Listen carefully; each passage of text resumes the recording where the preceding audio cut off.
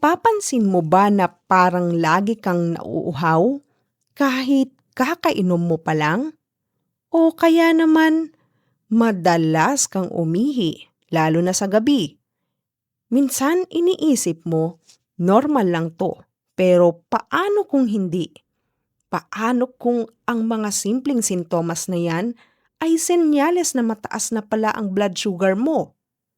Sa video na ito, pag-uusapan natin ang mga warning signs ng high blood sugar at ipapaliwanag natin ito gamit ang medical terms, pero sa paraang madaling maintindihan. Let's begin! Unahin natin, ano ba ang blood sugar? Ang blood sugar o glucose ay ang pangunahing source ng energy ng katawan. Galing ito sa pagkain, lalo na sa carbohydrates. Kapag kumain ka, tumataas ang glucose sa dugo at dito pumapasok ang hormone na tinatawag na insulin. Ang insulin ay tumutulong para maipasok ang glucose sa cells para magamit bilang energy.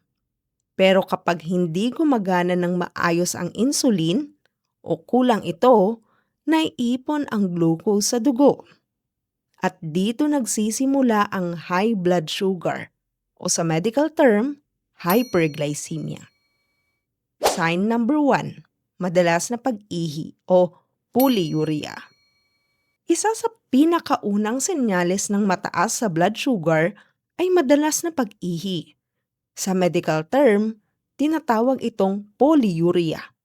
Pero bakit nga ba ito nangyayari?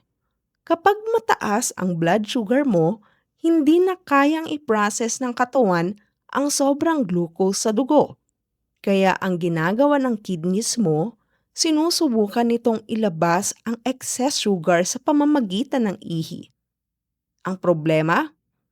Kapag may kasamang glucose ang ihi, sumasama rin ang tubig. Sa medical explanation, ito'y tinatawag na osmotic diuresis. Ibig sabihin, hinahatak ng sugar ang tubig palabas ng katawan.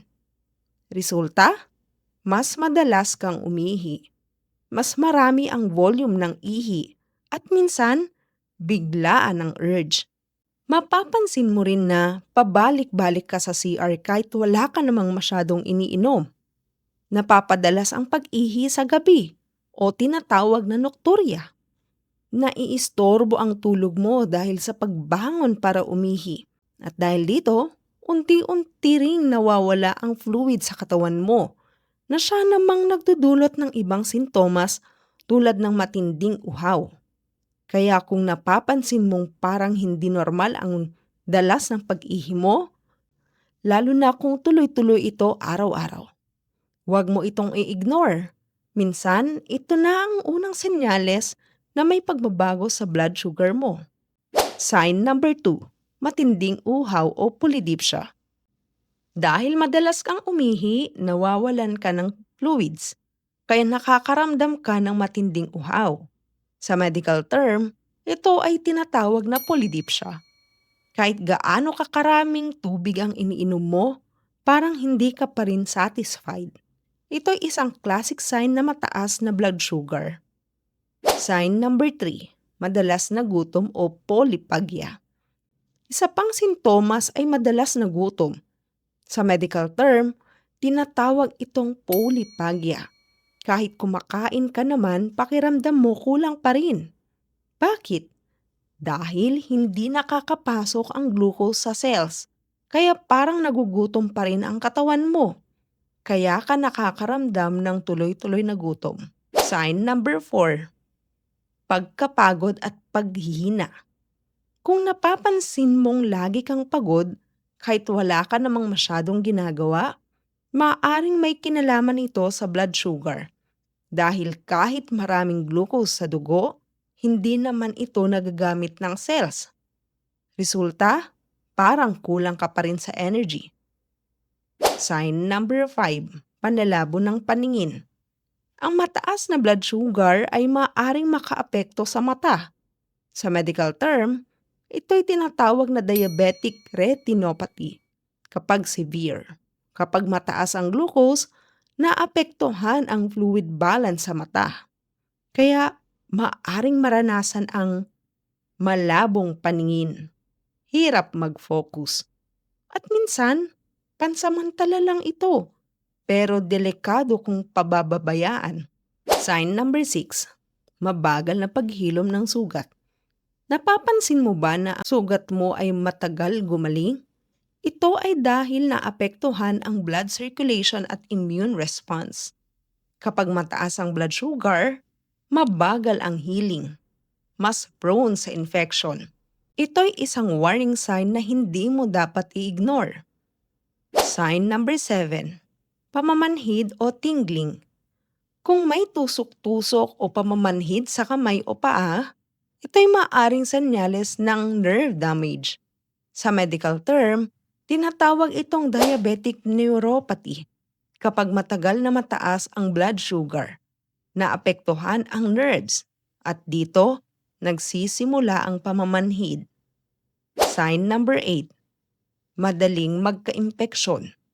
Kung napapansin mong madalas kang magkaroon ng skin infections, urinary infections at fungal infections, maaaring mataas ang blood sugar mo. Dahil ang glucose ay parang food din para sa bakterya. Sign number 9, bigla ang pagbaba ng timbang.